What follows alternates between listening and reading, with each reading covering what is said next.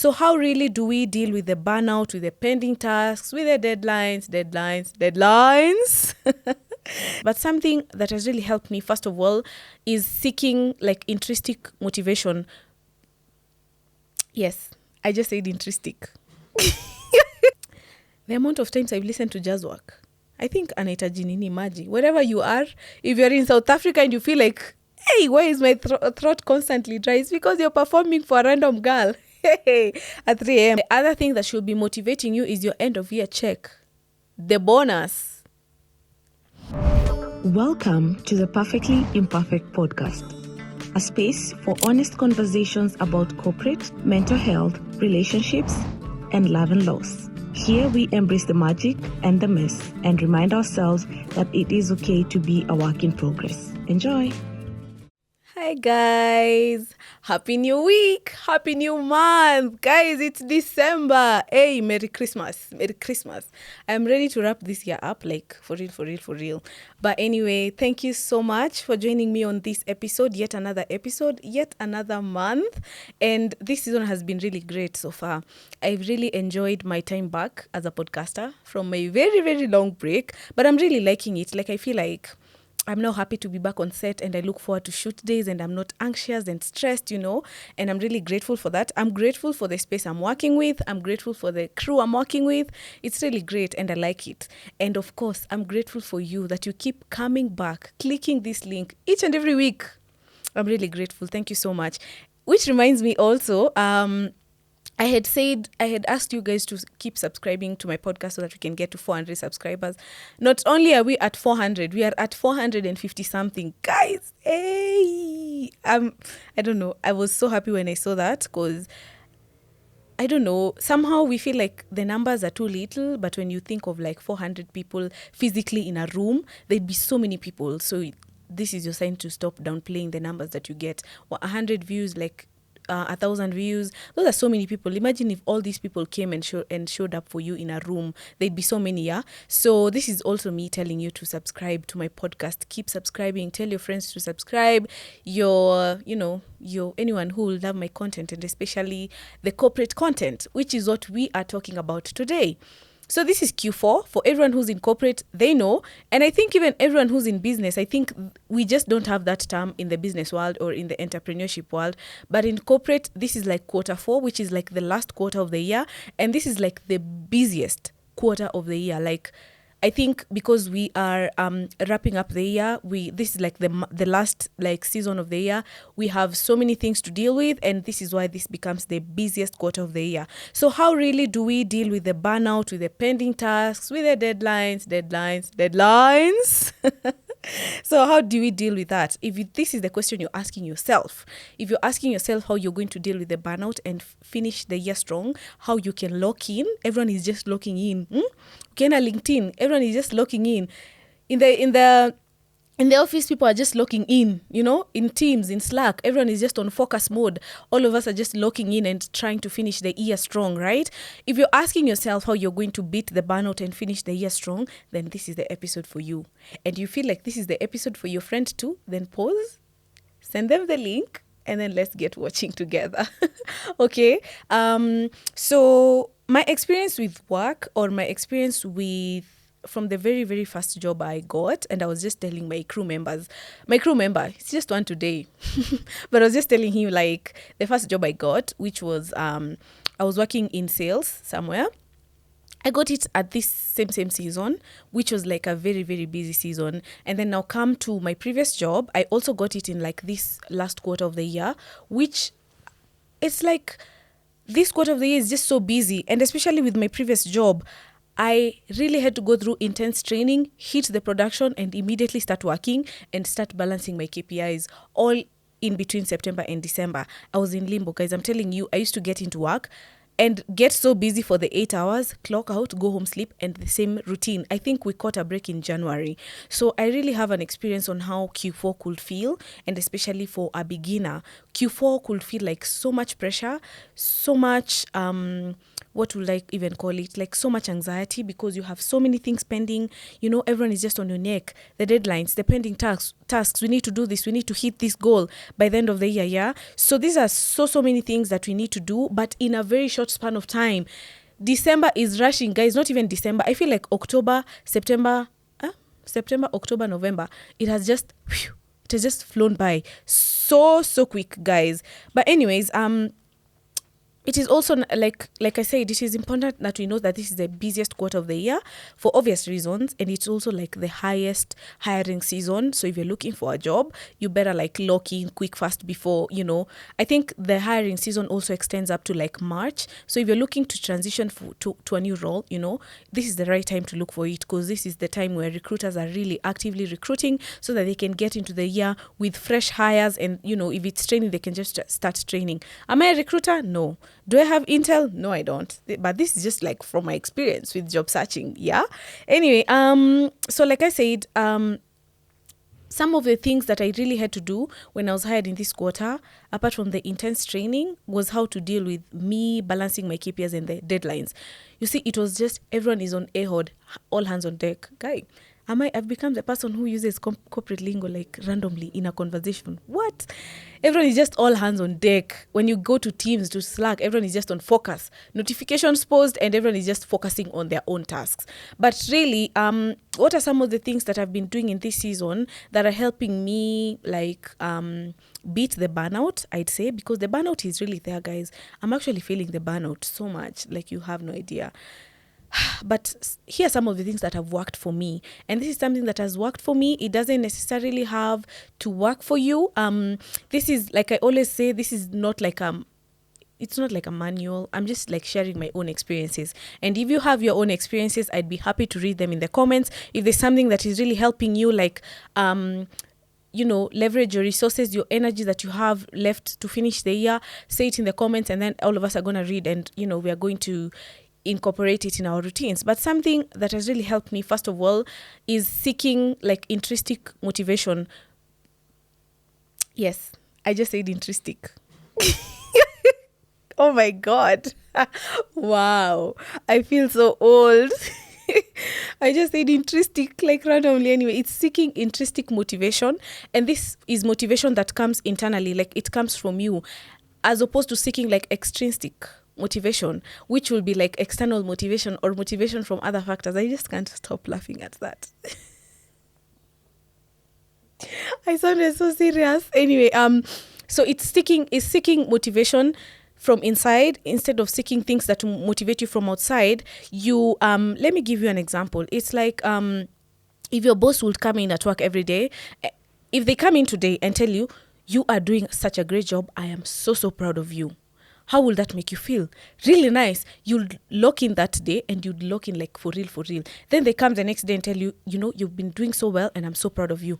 It's not going to hit like the first time. So if you keep on relying on this external motivation or on the fact that your boss keeps on affirming you or keeps on like acknowledging your work, it's not going to hit like the same time. Like it's not going to hit that spot every day. And now, hiyo kitu inaenda ikisha, like it it's like the flame, it just burns away and eventually inaisha tu, inakufa tu, the zeal and the motivation just ishas because it's coming from outside. So meaning if your boss had a rough day or had a rough morning, they didn't get their cup of coffee, or maybe someone just did not put 2 double shots of espresso or a mocha or whatever. I'm not a coffee lover, but like, someone messed up their coffee that morning and they had a bad morning. They just came to work and they forgot to tell you you're doing a good job. Then your day will just be like, that's external motivation. And that is what I'm not doing for myself. I'm trying to seek my own motivation. And how am I trying to seek my own motivation? Is by putting my own goals and me meeting my own goals. So it's just me versus me. It's not me versus what I'm expecting my boss to say. It's not me versus what I'm expecting my colleagues to say. It's not me versus what I'm expecting, other people around me to say. So if you seek motivation from yourself, from internal or from around you internally, it's going to change the game for you. It has changed the game for me. I'm able to just focus. I'm able to say, by this week, these are the things I want to have done. These are the things I want to have finished with. And the moment Friday hits and I'm done with these things, I'm like, yes, girl. Yep. You did it. And it helps me because now you see, in this case, now I'm able to I'm able to balance kind of the things and even like prioritize my tasks because I'm doing it from a me perspective, Yeah, so that is one of the things that is really helping me. Something else that is really helping me is taking a breather at work. Hello, millennials. Yeah, this is not a cult. You need to take a breather at work. Like, you can't just work 8 hours straight. You're just on your desk. Hata hujasimama. You've not even taken like a walk or just like a short walk. And kuna zile short walks that you're going to your work bestie and then you just the short walk becomes a random lunch and it becomes random cocktails at 5 and you don't even go back to get your bags. Mlitoka kwa ofisi 1 p.m. Nah. I don't know what I'm talking about. I'm talking like how you can just get up, stretch. If you're working from home like me, you know how monotonous it can get, always working at your desk, always working like from the same environment, you're seeing the same things. So you can imagine like how monotonous that feels. And I'd assume even in the office, because I used to work in an office and I used to work like on site and I used to work like I used to sit at the same spot and it used to become so monotonous because I'm sitting at the same place. I'm seeing the same people, So you need to take a breather at work. And how can you do this? One of my best productivity hacks for this is me like standing up kidogo. I stand up, I stretch sometimes. I put like maybe even a 3-minute workout on YouTube or a 5-minute workout. Not like workout ile ya kuworkout ya gym. I just like stretch my limbs, I try to like jog kidogo so that I at least feel like refreshed. My mind feels like good. Something else that really helps is listening to a podcast as I work. Yeah, I listen to my podcast and my episodes an unhealthy number of times. I'm actually like trying to get in terms with listening to myself. I used to cringe so hard.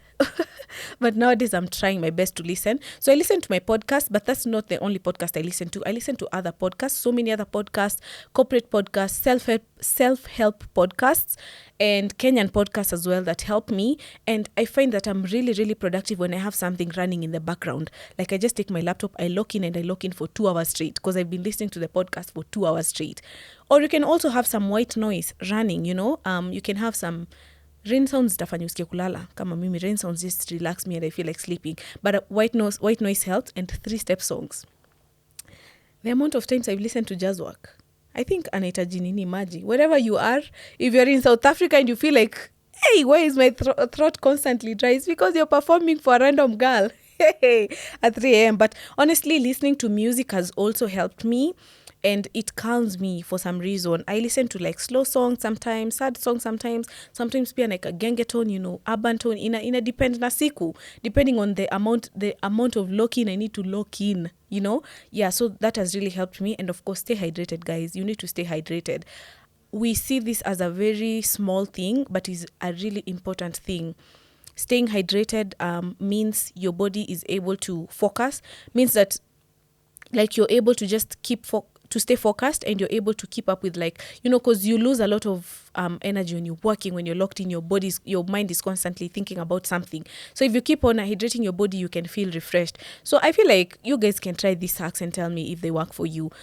I don't know. I feel like at a office, you can just carry AirPods and just put on some music, listen to a podcast, and I highly recommend my podcast. And then you can shameless plug. And then you can see. But I feel like after these breaks, especially after like I stretch or after I listen to these songs, I'm ready to go back feeling really energized, feeling like so motivated, super pumped, and I'm able to tackle like half of my other to-do list. So try this at home, guys, and tell me whether it works. The other thing that has really helped me is rewarding myself after completing tasks. What does this mean? I do not mean that sasa umemaliza task, now you go on, you get yourself a dress worth 5,000. I mean, you can. Nobody says you can't. I mean, you can, but I mean like this can be, they can either be material or they can either be mental. For me, it's mental. When I finish something or when I tick something off my to-do list, I give myself like 5 minutes of doom scrolling, and I'm like, so I'm going to be scrolling here and here, or I'm going to be doing something else for 5 minutes, or maybe I'm going to even go have a snack or something for 5 minutes, then I'm going to be back at work. This has really helped me. And now when it comes now to the bigger goals, you see the bigger goals that you set for yourself now, things like you say like when I finish this quarter and if I'm able to, tick this off my bucket list, I can buy myself a good dress. That is also rewarding yourself, but also short-term rewards. Affirming yourself. When you finish something, just tell yourself like, yeah, you've done it, girl. You've done it. Like, yes. That has really helped me. The amount of times, the things I've bought myself in the name of rewarding myself for doing good things, it's unhealthy. I'm going to look at my bank in January and I'll be like, where? Who was doing all these things? And when you actually sit with the M-Pesa statement and realize it was all you, the heartbreak is just crazy. But you can reward yourself, like for your big goals, for the things like, becoming like employee of the year, employee of the month, most improved employee. These things, you can just reward yourself, like the good things now that you want for yourself. Or even just reward yourself. Imagine, you don't even need a reason. Yeah, just get yourself a new MacBook. Like, you deserve it, or get me if you feel like you don't deserve it enough. Anyway, something else is really working on the feedback you get from your manager. I feel like this is a really sensitive topic because sometimes feedback can come out as micromanaging, especially if the manager is not like giving you feedback in the best tone or in the best way possible. I mean, I don't mean that we should be sweet talked at work, because this is your job. Like, this is work, this is business. But I feel like sometimes the tone could come off a bit off, and you could feel like, this person is just like, they're seeing for me wananionea, or or they're biased or something like that. But I feel like sometimes managers give like constructive feedback, and if you can actually sit down and work on this feedback, then you're able to get moving or get going in your job. This time we went to a call, and the thing is, when you actually sit there, imagine like having to sit and hearing someone like give you like a breakdown of all the wrongs that you've done. It doesn't feel nice, right? Because it feels like, you're not doing this, you need to do this better, you need to stop doing this now, you need to know, this is no longer helpful, you need to stop doing it, and you need to start doing this thing. And it becomes kind of like cringe, like, wow, I'm really failing at this job, I'm really failing at this role. But something that I've really learned, or something that I've really been encouraging myself, is that I really can't be perfect, and I can't be perfect on my own. Especially, I need people who can watch me from a neutral point of view, and they can tell me, this one here was wrong, this one here was right, keep doing that, but this, you need to drop it, this, you need to moderate it kidogo, because this was not right, And constructive criticism, right? This is what it's called. When someone just comes and they're not attacking you personally, it's not about how you look, it's not about how you dress, it's not about how you feel. If it's about just the business and the role that you are hired to do, then I feel like this is something to take into consideration, right? This is something that you can actually sit back and be like, yeah, this is something I can work on. Like, maybe if your manager tells you, I feel like this hack that you've been doing, or this technique or this strategy that you've been using is no longer working, maybe you can try a new strategy. I feel like that is constructive criticism. Like, they're literally telling you something that is going to impact your job positively or your role. So we need to drop the quote unquote, this person is biased, or they just don't want to see me here, and maybe focus your mind on what if they really want the best for me, and they're just giving me feedback that is going to help me in the long run. That is really going to help you, because when you think of things as, it's always like, why is it always me? Why don't I seem to do anything right? Why do they always think I do things wrong? When you think of it like that, you're going to be very demotivated. You're going to come to work every day, and you'll be like, let me just work, because I can't please anyone either way. I'm always on the wrong, If you work on pleasing someone, pleasing human beings is so hard, because today you like this strategy, or you like this technique, tomorrow you don't, right? Today you like Fanta orange, tomorrow you don't. Today you like this flavor of chocolate, tomorrow you don't. And we are human. We are bound to do that. We are bound to change each and every day. So I feel like if we shift our focus on what we are actually being told, rather than why they're actually telling us these things, or rather than bringing our personal interest in that, how I look, how I dress, how I feel. They're telling me this because I'm the youngest employee. They're telling me this because, I just joined the team last week. Instead of thinking like that, you can actually think of like, how exactly is this helping my role? How exactly is me utilizing this strategy that my manager is talking about? How is it going to impact my job? And that is going to keep you very, very motivated, because you're never gonna look at things the same way anymore, and look at things like it's coming from a personal point of view. I don't feel like, okay, maybe there are managers who bring like personal things into work, maybe they, dislike you or something, but try to think of it like just try to shift your focus and think of it as like how I've explained, and then see if it works for you. The other thing that should be motivating you is your end of year check, the bonus. That should be the number one motivator. If you think about that check you're going to get, when you sit down and you'll be like, check, they're just going to give me this check at the end of the year. You wake up and you lock in so bad. Am I right or right? Right? Yeah. But yeah, like think about the reward that you get from the company itself at the end of the year. Remember, this is not something that should motivate you hapa tu tukienda kufunga mwaka, because you have been working for it throughout the year. So this is you've literally worked for this thing. You've literally toiled, you've literally come into work each and every day. You've worked for it.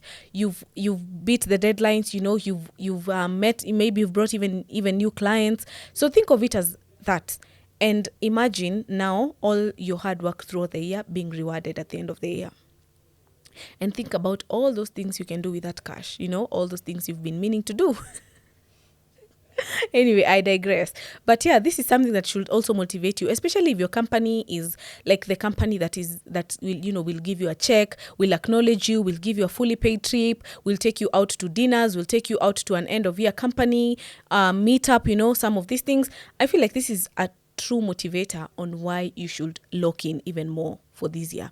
And I feel like something else that should really motivate us is to, gearing for something else in the coming year, gearing for a new role, new motivation, a new challenge. When you start the year and you're starting the year with like, you're starting the year with this mentality that this quarter I want to lock in because I want, to apply for a bigger role. I want to apply for a better role. I want to do something better for myself. I want to even maybe move out these things. Then it is motivator enough for you to lock in so that you can just have the right kickstart to the new year. And I felt like for me, I rarely have New Year's resolutions. I have quarterly resolutions as opposed to having New Year resolutions. I felt like New Year resolutions were just kind of like limiting to me, and they almost felt unachievable. So I decided to divide my New Year resolutions into quarterly resolutions. This way I'm able to divide them into smaller, achievable goals that don't seem too far for me to reach, And for Q1 of 2026, I already have my goals. I've written them down in this quarter. So this is something that you can also consider, with Christmas coming, then New Year's coming. By the time you go back to work, you're so tired you need to recover. You need another holiday to recover from your holiday. So this is the best time to do it, when you have clarity, when your mind is free. I know the burnout is there, but when you think of a new experience, do you guys get this excitement when you think of like you're going to try something new? You're going to step into a new year, a new month, you have no idea what it holds, but you're excited because like it's a blank sheet and you can write whatever you want in it. So this is the best time to do that. And I feel like if we can have all these strategies all together, if we can utilize them all together, then I feel like we can have a very strong end to the great Q4, because it's like a great lock-in movement. By the way, do millennials understand what lock-in is? Like, ama nimewapoteza the whole episode. I'm sorry millennials. I'm doing this for the sake of my dearest cousin. But locking in is just like the aspect of, coming together and you see all your personalities, unazibring pamoja, and you tell them we need to sit down and we need to finish this year strong. So I feel like if we can utilize these strategies, we can really finish the year strong. This is what I feel like, because this is something that has been working for me so far. And I know the Q4 is it's not ending. Ndio tumeingia December sasa, so the deadlines are even crazier, because we only have 2 weeks and then we break, and then now we come back fully in January. So utilize these productivity hacks, guys. Tell me if they work for you. Tell me other strategies that worked for you. Tell me other things that you've done that have worked for you, other things that you're utilizing in this quarter or generally in your corporate journey that have worked for you. You can say them down in your comments. I read all your comments, guys. I like reading your comments, and then we can see if they work. You can tell me if mine works. I can tell you if yours works only in the next episode. But yeah, that's all I really had to say. I really hope that all of us have a like end the year with a bang, like with a end it's like a good bang, not like we're ending the year feeling like, hey, I need better for myself. I feel like you do, yes, but look for the positivity around. I think I posted this on my story 31st of last year, December, and I said, like, I don't want to end my years in a somber mood and thinking like, what could have gone right, all these things that could have gone right. I try to end my year with the positives now. Like, for now, one of my biggest highs this year is me going back to recording. I never thought I would, by the way, at some point, and me being able to balance my job and this podcast. So try to end the year in a positive note. What are some of these things that you've achieved in the year that you are feeling like they're small? Look at these positive things instead of the negative things, and I feel like we are going to end the year well. I have one more episode, so I'm not going to tell you Merry Christmas because there's another episode that's coming. But yeah, don't forget to subscribe, guys. Don't forget to get us to 500 subscribers. Can we close the year with 500 subscribers? I'm on my knees. But yeah, tell people to subscribe to this podcast. If you feel like this podcast will help your colleague, will help your manager, will help you or someone else who's in corporate, someone else who's starting their corporate journey, please remember to subscribe. I feel like this is also like a documentary for my younger, like people who are younger than me, people in campus. You've finished your 4.2, you don't know what's next. I feel like this is the podcast for you, and now you can tell your friends about this podcast. You just graduation. You just graduated. You just graduation. Aye. Oh, my enemies, they're succeeding, guys. But anyway, you just graduated. It's graduation season, and congratulations to all the graduates. You guys have done a good job. Now it's time to dive into the job search, into the job search market, into the corporate market, into the entrepreneurship market, and I wish you all the best. So remember to subscribe, guys.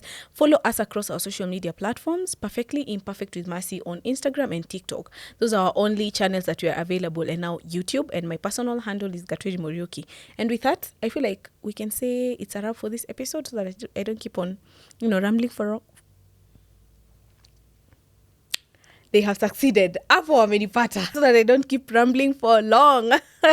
Anyway, thank you guys for joining me on this episode. I wish you a fantastic month. I wish you a fantastic week, and I hope that you achieve all your goals in this month and in this week. See you next week. Bye.